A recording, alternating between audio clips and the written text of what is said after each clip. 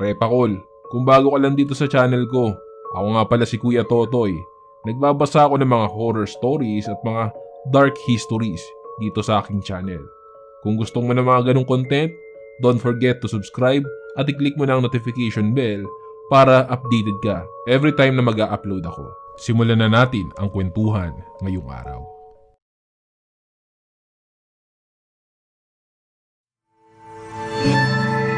Serye FM.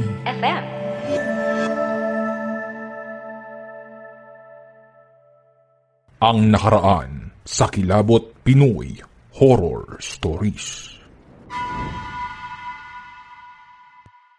Who are you? Inabot ni Froilan kay Celeste ang hawak niyang maliit na box na agad namang tinanggap ng anak ko.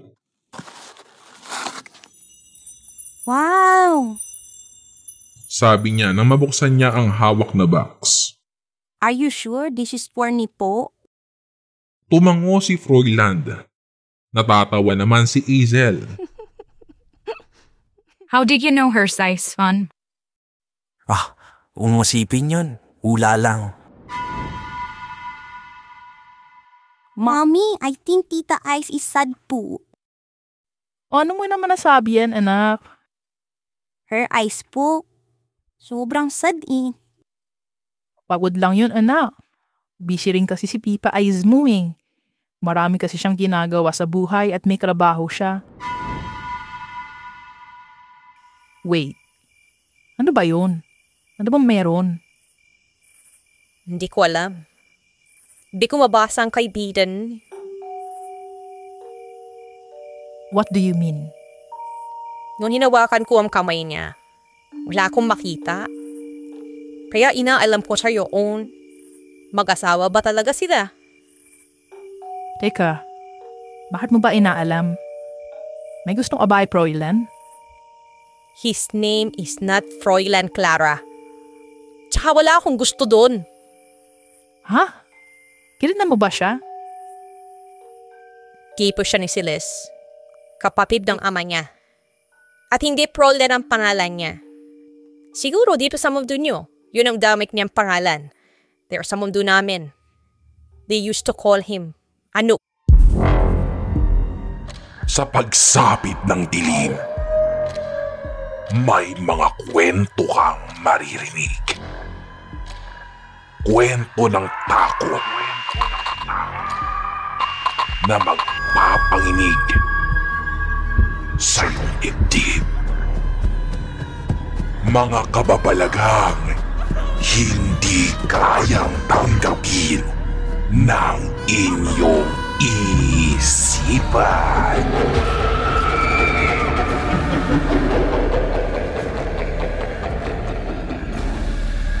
Nagkaganap sa Kilabot Pinoy Horror Stories.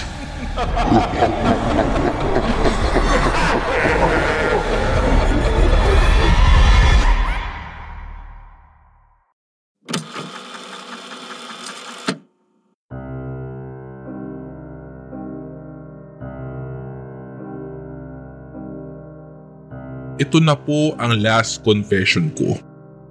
At ito na rin ang huling parte ng istorya ko. Medyo mahaba nga lang po ito, Kuya Totoy.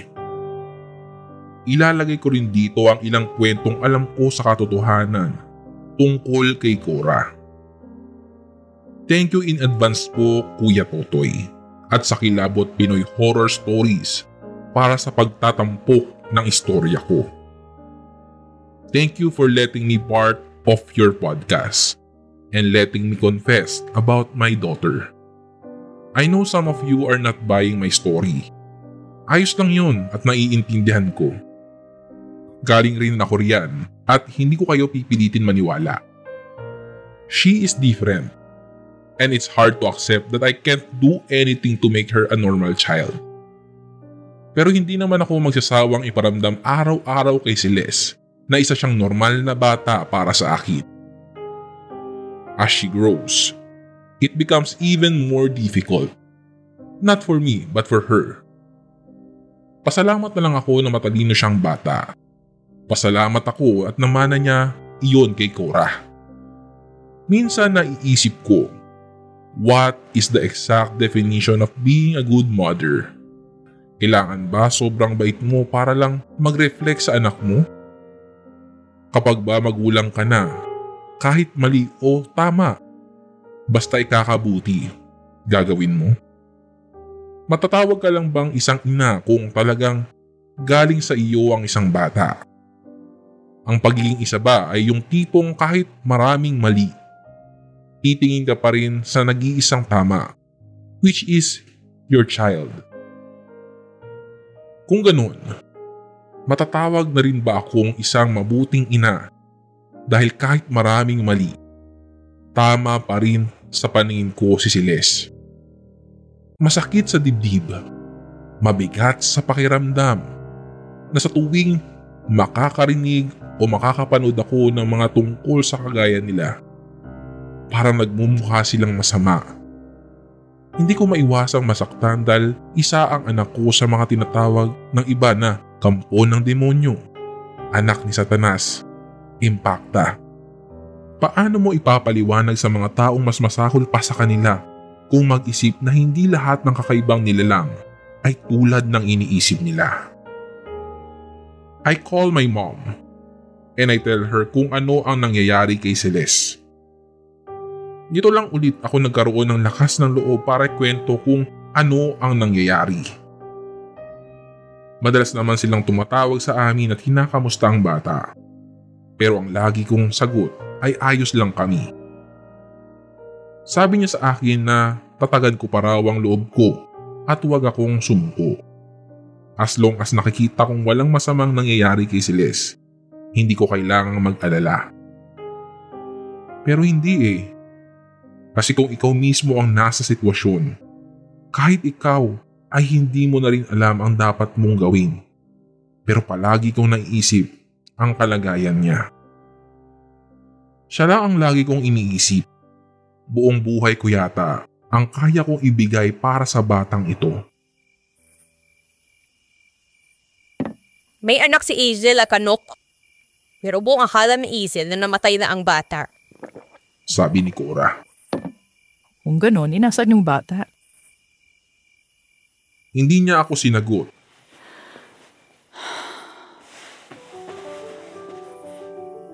Hanggang ngayon ay tumataas pa rin ang balahibo ko kapag naaalala ko ang mga sinabi niya. Mommy, I think Tita Ice is sad po. Her eyes po. Sobrang sad eh. Sa madaling salita, lahat ng nakita ni Celeste ay totoo. Yun yung mga bagay na hindi makita ni Cora tungkol sa mga nagdaang pangyayari sa buhay ni Hazel. He was the most violent creature I met. He's brutal. Merciless. Kahit na ang titigan siya sa mga mata ay hindi mo mapapagalam. Ganun siya. Nakakatakot na akala mo anumang oras ay sasakpan ka. So, ibig mo bang sabihin? Hazel is in danger? No. No. Mahal na mahal nga si Hazel. Paano mo naman nasabi? Umahayo si Hazel. Bakit tilang malayo na Hazel sa mga magulang niya?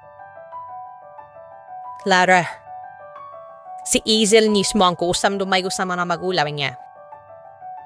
Ha? Wait. Naguguruan ako. Hindi ko magets. Tinitigan ko ng matagal si Cora. Halatang halata ko sa kanya na nagdadalawang isip siyang magsalita. Pero sa huli, napilit ko siya kung ano ba talaga ang nalalaman niya. Sinasaktan si Hazel ng mga magulang niya.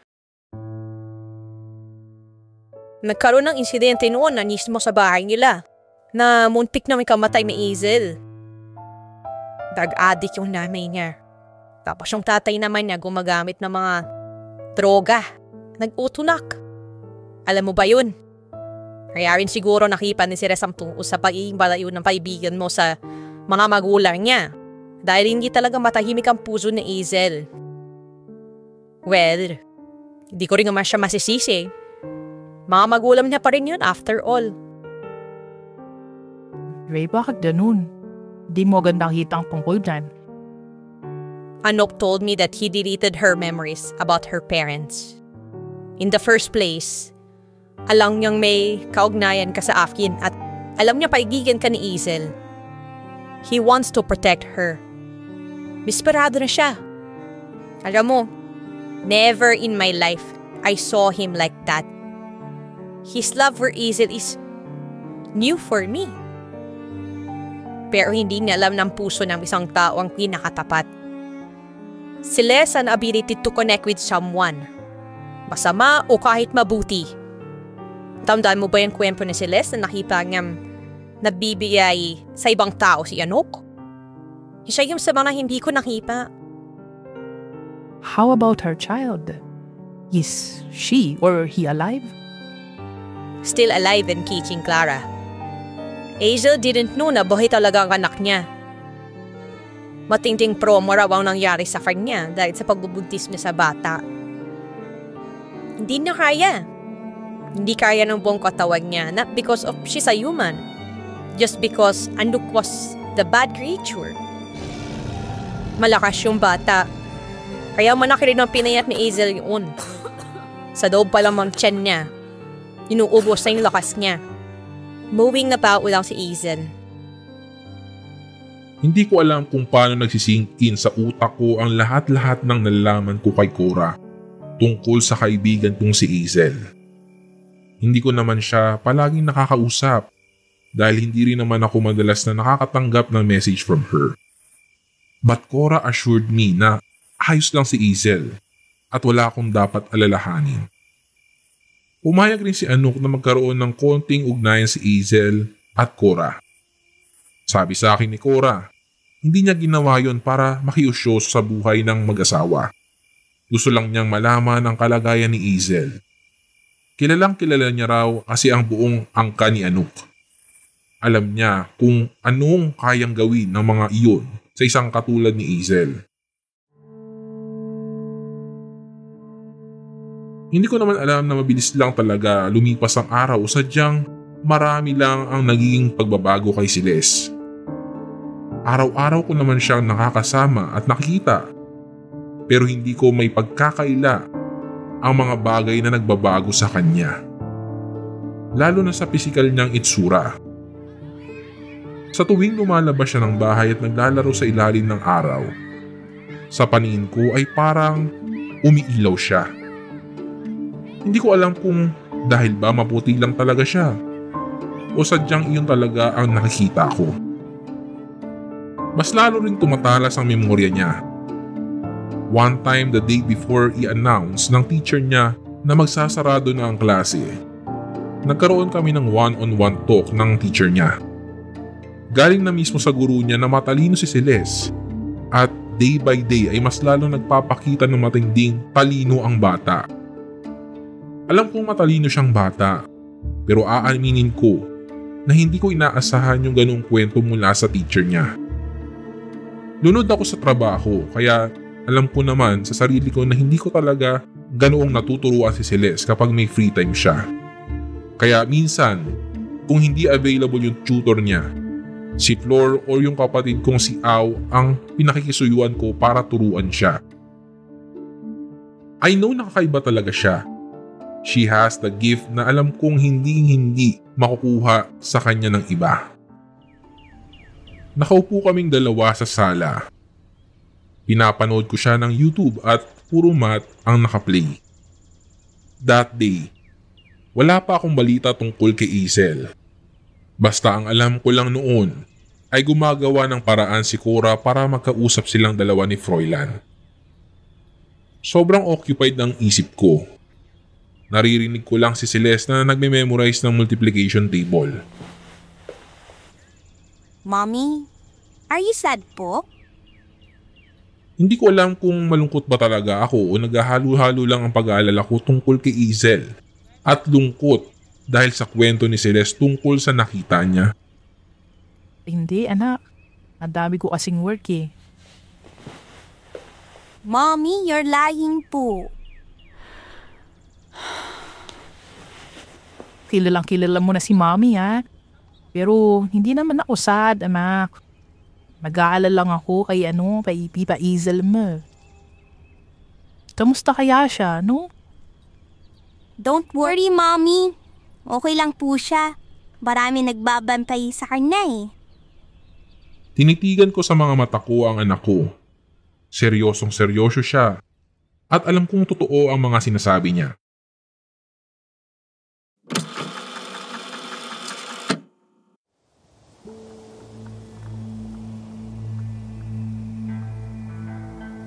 (1996) Tinuruan si Cora kung paano mamuhay ang mga tao. Paano at ano ang mga hanap buhay dito sa mundo natin.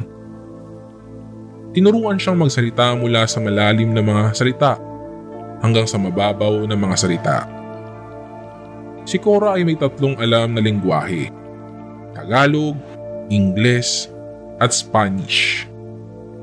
Tinuruan siya kung paano manamit ang mga normal, paano kumain na hindi nagmumukhang kakaiba kaysa sa iba. Bata pa lang siya ay sinanay na siya ng kanyang mga magulang na tumingin ng diretso sa mga taong nakakausap niya. Bata pa lang ay tinuruan na siya kung paano umiwas sa mga taong mapanglamang at may masamang pakay. 1997 Nagsimula siyang pag-aralin ng mga magulang niya tulad ng mga normal na bata. Pero alam niya noon na hindi niya katulad ang mga batang nakakalaro niya. Alam niya kung saan siya galing. Bilang nag-iisang anak, walang ibang sasalo sa lahat ng bagay sa pamilya nila, kundi siya lamang. Dumating na sa punto na sanay na rin siya ng mga magulang niya pagdating sa pakikipaglaban sa mga masasamang elemento. Sa murang edad niya, natuto siya kung paano humawak ng espada. Natuto siya kung paano lumaban. Sa bawat paglipas ng panahon, siya namang paglipat-lipat nila ng mga tirahan o lugar. Kaya wala silang permanenteng mga kaibigan. Pero sabi niya, binabalikan niya ang mga lugar na tinirhan nila kapag may pagkakataon.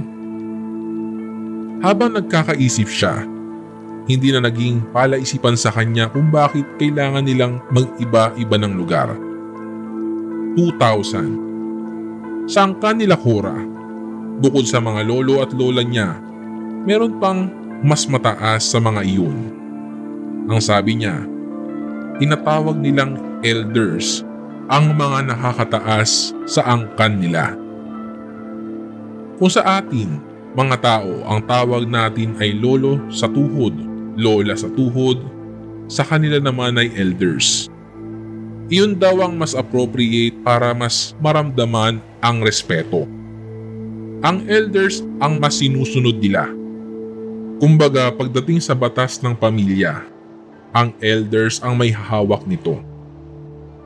Dumating ang mga elders para sunduin si Cora at muling pabalikin sa mundo nila. Hindi dahil may nilabag siyang batas, kundi para harap-harapang ipakita sa mga iyon kung gaano nakarami ang nalalaman ni Cora sa pakikipaglaban. Imagine, at the young age, kailangan mong matutunan ng mga bagay na dapat ay isang lalaki ang gumagawa. 2003. Mula sa Cagayan ay nagdesisyon ng mga magulang niya na lumipat sa Maynila at doon ipasok si Cora sa isang public school. Naging maayos naman ang naging buhay niya habang nag-aaral ng high school. Pero dahil hindi maiiwasan na maraming nagkakaroon ng interes sa kanya, lalo pa at maganda talaga si Cora. Marami rin ang nagpapatanong kung siya ba ay may ibang lahi. Madalas siyang mapagkamalang Amerikana o kaya naman ay isang Kastila. 2005. Dumating ang elders at galit na galit daw ang mga iyon. Dito nagsimula ang alitan sa pagitan ng pamilya nila at pamilya ng biological father ni Celeste. Hindi ko na masyadong inalam kung ano ang naging dahilan ng alitan ng dalawang panig. Ang sabi lang sa akin ni Cora, ang kabilang panig ay sakim sa kapangyarihan. Lumipas pa ang mga panahon noon pero hindi alam ng magkaibang angkan ang namagitan kay Cora at sa biological father ni Celeste. Madalas silang magtagpo sa mundo nila o kahit dito sa mundo natin. Pero ika nga nila, walang lihim ang hindi nabubunyag.